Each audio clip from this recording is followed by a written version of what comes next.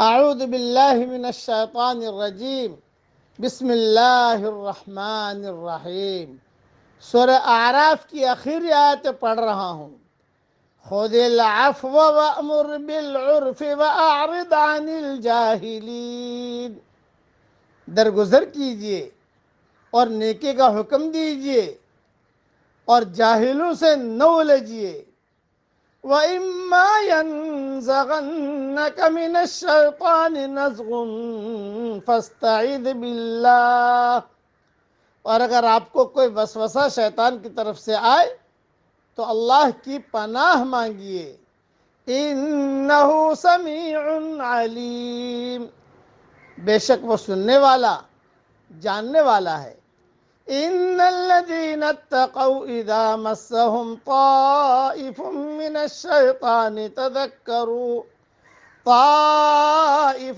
مِّنَ الشَّيْطَانِ تَذَكَّرُوا فَإِذَا هُمْ مُبْصِرُونَ۔ جو لوگ ڈر رکھتے ہیں جب کبھی شیطان کے اثر سے کوئی برا خیال انہیں چھو جاتا ہے تو فوراً چونک پڑتے ہیں اور پھر اسی وقت ان کو سوجھ آ جاتی ہے۔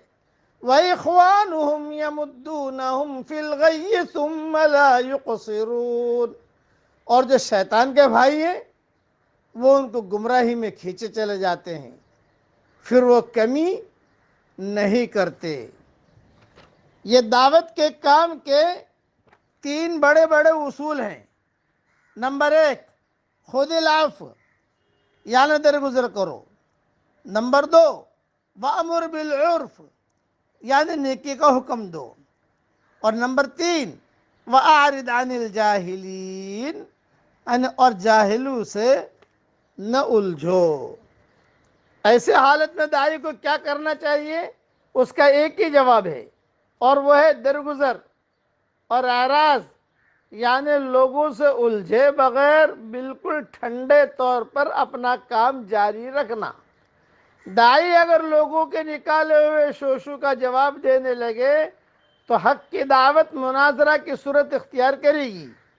داعی اگر لوگوں کی طرف سے چھیڑے ہوئے غیر ضروری سوالات میں اپنے آپ کو مشغول کرے تو وہ صرف اپنے وقت اور اپنی طاقت کو ضائع کرے گا۔